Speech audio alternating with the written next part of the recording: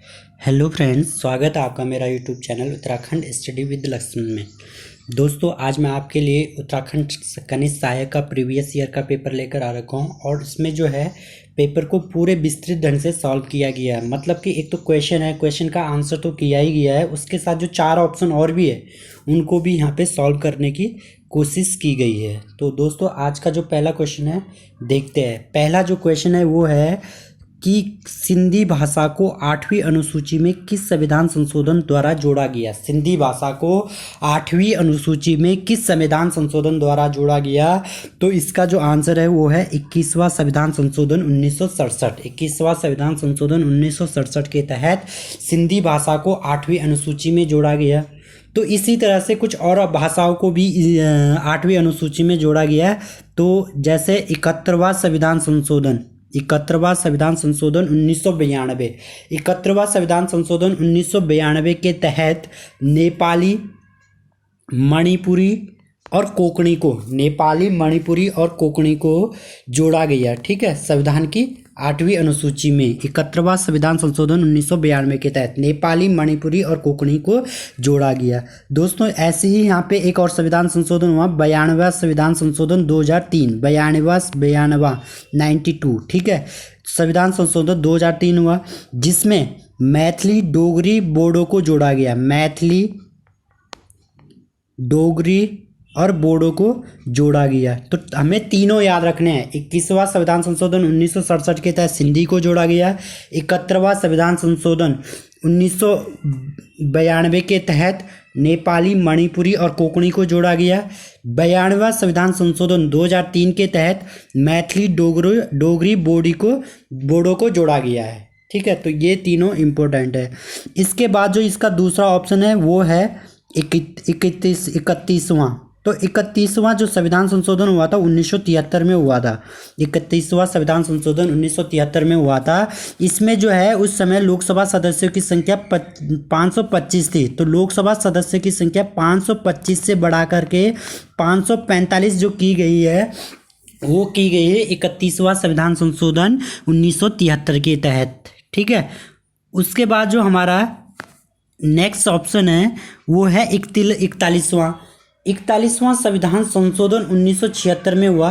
41वां संविधान संशोधन 1976 हुआ जिसमें राज्य लोक सेवा आयोग की सदस्यों की क्या बोलते हैं,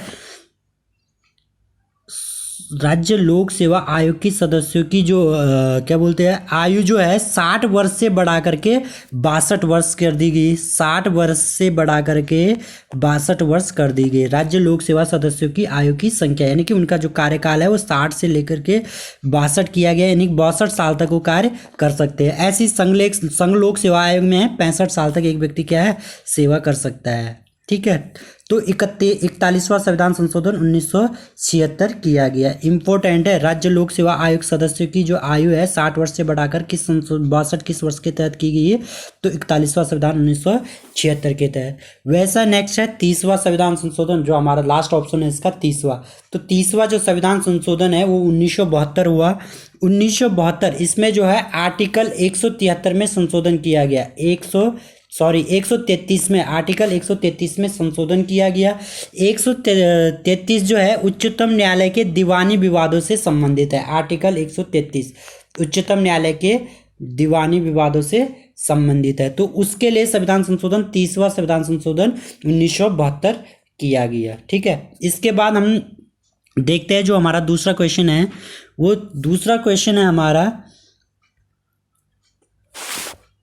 पंचाचूली शिखर की समुद्र तल से ऊंचाई कितनी है। पंचाचूली शिखर की, तो इसकी जो ऊंचाई है वो है 6904 मीटर, यानी कि 6904 मीटर। ठीक है, पंचाचूली शिखर किस जनपद में है? ये पिथौरागढ़ में है। कहाँ पे है? पिथौरागढ़ में।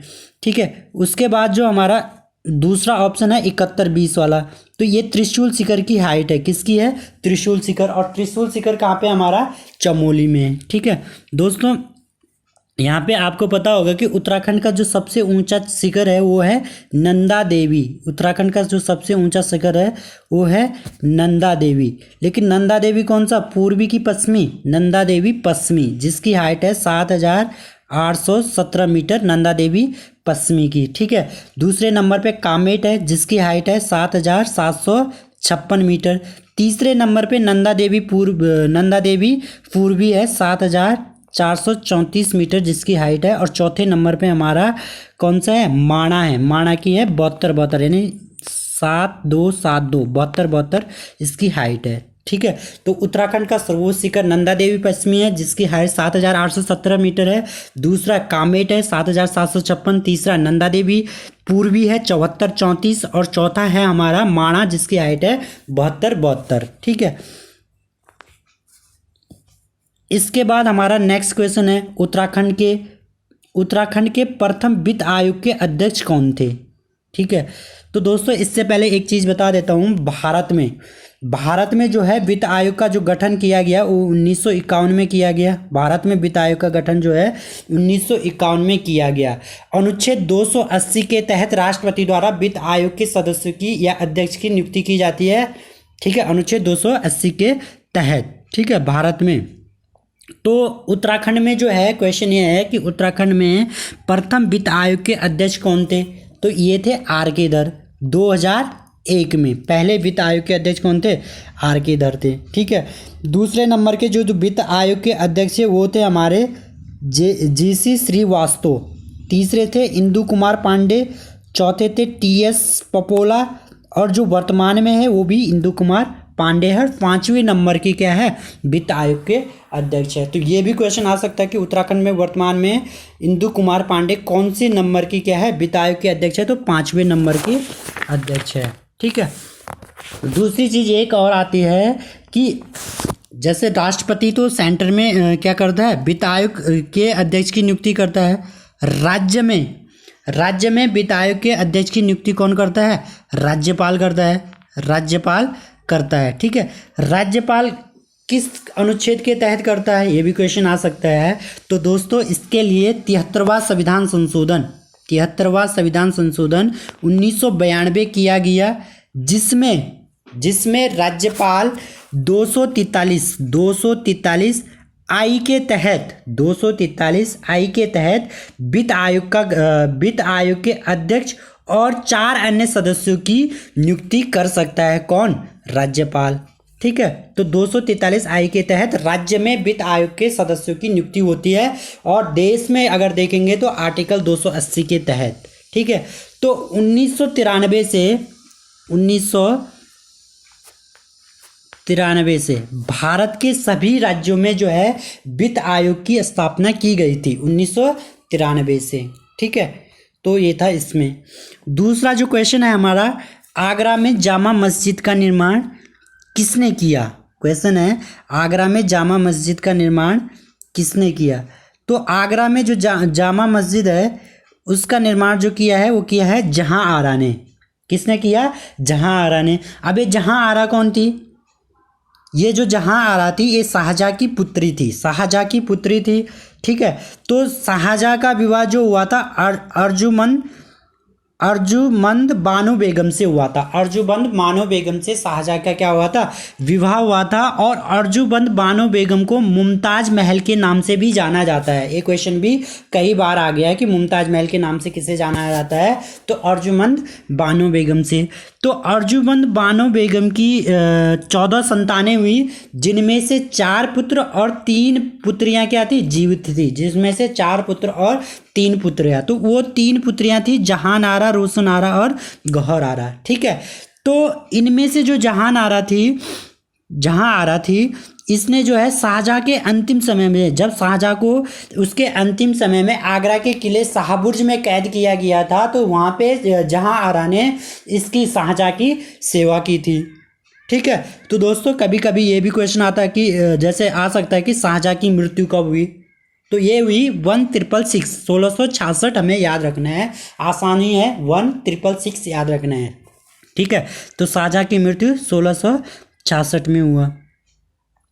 ठीक है, इसके बाद हमारा जो नेक्स्ट क्वेश्चन है वो ये है किसे the add Guru of India के नाम से जाना जाता है? किसे the add Guru of India के नाम से जाना जाता है? तो the add Guru of India के नाम से प्रसून जोशी को जाना जाता है। किसको जाना जाता है? प्रसून जोशी को। और प्रसून जोशी जो है किस जनपद से है? प्रसून जोशी जो है अल्मोड़ा जनपद से है। कहाँ से है? अल्मोड़ा जनपद से। 2017 में इन्हें फिल्म सेंसर बोर्ड का अध्यक्ष चुना गया। फिल्म सेंसर बोर्ड का जो है अध्यक्ष चुना गया किसको? प्रसून जोशी को 2017 में। ठीक है। दूसरा जो यहाँ पे ऑप्शन था हेमंत पांडे। हेमंत पांडे ये कौन थे? यहाँ पे जो है उत्तराखंड फिल्म विकास परिषद का गठन, उत्तराखंड फिल्म विकास परिषद का गठन 24 अगस्त 2016 को हुआ। इंपॉर्टेंट है, उत्तराखंड फिल्म विकास परिषद का गठन कब हुआ? 24 अगस्त 2016 को हुआ। ठीक है। जिसके उपाध्यक्ष कौन थे? हेमंत पांडे थे। जिसके उपाध्यक्ष कौन थे? हेमंत पांडे। तो ये भी याद रखना है कि उत्तराखंड फिल्म विकास परिषद का गठन कब हुआ? 24 अगस्त 2016 को। ठीक है। और इस फिल्म विकास परिषद ने जो अपना कार्य स्टार्ट किया वो किया 20 दिसंबर 2016 से। 20 दिसंबर 2016 से। ठीक है। तो इसमें ये था। इसके बाद जो हमारा नेक्स्ट क्वेश्चन है वो ये है कि किस राष्ट्रीय उद्यान के मध्य में पाटलिदून स्थित है? तो पाटलिदून है जिम कॉर्बेट राष्ट्रीय उद्यान के मध्य में। जिम कॉर्बेट राष्ट्रीय उद्यान के मध्य में। ठीक है। तो जिम कॉर्बेट राष्ट्रीय उद्यान की स्थापना कब हुई? 1936 में। जब इसकी स्थापना हुई तो इसे हैली नेशनल पार्क के नाम से जाना जाता था और 1957 में इसे जिम कॉर्बेट के नाम से जाना जाता है। 1957 से इसे किसके नाम से जाना जाता है? जिम कॉर्बेट के नाम से जाना जाता है। जिम कॉर्बेट राष्ट्रीय पार्क का जो क्षेत्रफल है वो कितना है? 520.82 वर्ग किलोमीटर क्षेत्रफल है। कितना है? 520.82 वर्ग किलोमीटर। ये जिम कॉर्बेट राष्ट्रीय उद्यान जो है 2 जनपद में है, पौड़ी और नैनीताल में। पौड़ी में इसका जो क्षेत्रफल पड़ता है 312.76 वर्ग किलोमीटर और नैनीताल में जो पड़ता है 208.8 वर्ग किलोमीटर। ठीक है। तो क्वेश्चन ये भी आ सकता है कि जिम कॉर्बेट नेशनल पार्क का जो है अधिकतम भाग जो है किस जनपद में पड़ता है? तो पौड़ी में पड़ता है। ठीक है। दूसरी चीज 2013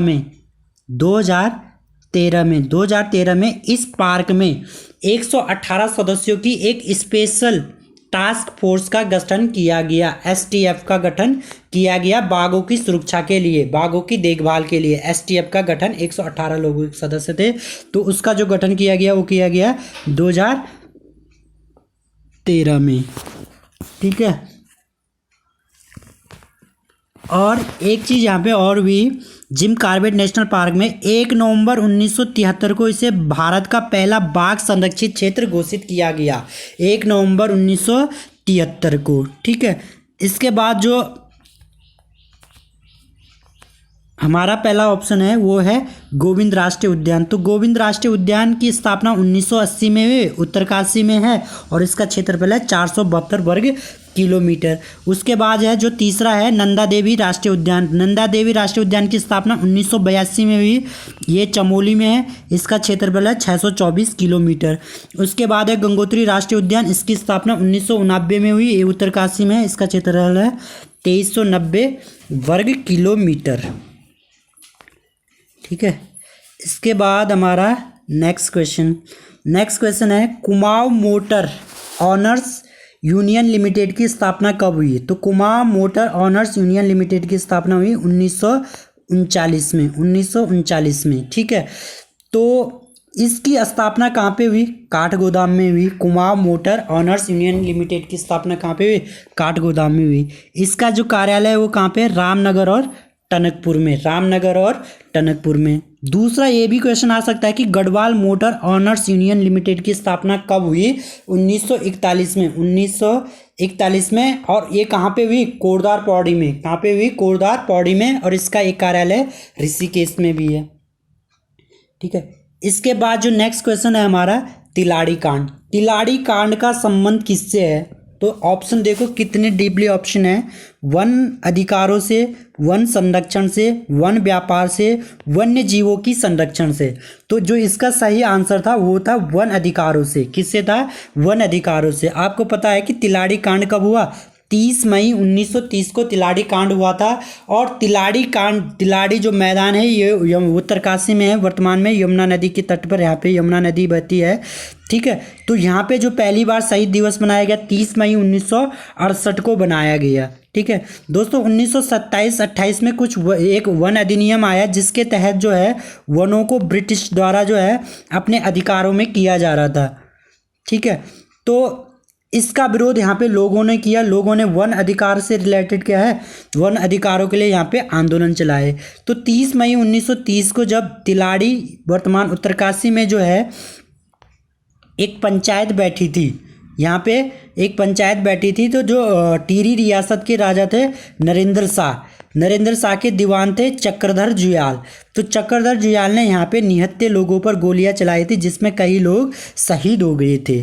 ठीक है, तो तिलाड़ी कांड के समय पे जो है नरेंद्र शाह यूरोप की यात्रा पे थे। ये भी क्वेश्चन आ सकता है कि तिलाड़ी कांड के समय टिहरी रियासत का राजा कौन था? नरेंद्र शाह। वो उस टाइम पे कहाँ पे थे? यूरोप में। तिलाड़ी कांड के में जो है किसने गोलियां चलाई थी तिलाड़ी मैदान में? तो दीवान चक्रधर जुयाल ने, जिन्हें उत्तराखंड का जनरल डायर भी कहते हैं। ठीक है, तो इसके बाद जो हमारा नेक्स्ट क्वेश्चन है वो देखते हैं। वो है 1881 ईस्वी का प्रथम कारखाना अधिनियम। 1881 का प्रथम कारखाना अधिनियम किसने पारित किया? तो वो किया था लॉर्ड रिपन के समय में पारित हुआ था। कारखाना अधिनियम का मतलब यही है कि इसमें कितने साल तक के लोग कितने घंटे काम करेंगे। जैसे 18 नाबालिग जो बच्चे हैं वो कारखानों में काम नहीं करेंगे। ये सब इन जो कारखाना अधिनियम थे इनमें किया गया। ठीक है, तो सबसे पहले 1881 का कारखाना अधिनियम आता है जो लॉर्ड रिपन के समय पे होता है। दूसरा आता है 1891 में। 1891 का जो कारखाना अधिनियम आता है वो लॉर्ड लैंसीडॉन के समय में होता है। तीसरा आता है 1911 का। 1911 का जो कारखाना अधिनियम आता है वो लॉर्ड हार्डिंग के समय में होता है, लॉर्ड हार्डिंग के समय में। चौथा आता है कारखाना अधिनियम 1922, लॉर्ड रीडिंग के समय में 1922 का कारखाना अधिनियम आता है। उसके बाद पांचवा कारखाना अधिनियम 1934 लॉर्ड वेलिंगटन के समय में आता है। उसके बाद 1946 में लॉर्ड वेवेल के समय में। तो प्रथम कारखाना अधिनियम लॉर्ड रिपन के समय में 1881 में, दूसरा 1891 में लॉर्ड लैंसीडॉन, तीसरा लॉर्ड हार्डिंग के समय 1911, चौथा लॉर्ड रीडिंग के समय 1922, पांचवा लॉर्ड वेलिंगटन के समय 1934 और छठवां लॉर्ड वेवेल के समय 1946 में आया था। ठीक है, इसके बाद जो हमारा नेक्स्ट क्वेश्चन है वो है शंकर गुफा कहाँ स्थित है? तो शंकर गुफा देवप्रयाग में है। कहाँ पे है? देवप्रयाग में। और शंकर मठ कहाँ पे स्थित है? तो शंकर मठ श्रीनगर में है। दोनों कंफ्यूजन है, शंकर मठ और शंकर गुफा। शंकर मठ श्रीनगर में और शंकर गुफा देवप्रयाग में। ठीक है, तो आज के लिए इसमें इतना ही है दोस्तों। अगर आपको ये वीडियो पसंद आए तो इसको लाइक, सब्सक्राइब और शेयर जरूर कीजिए। धन्यवाद।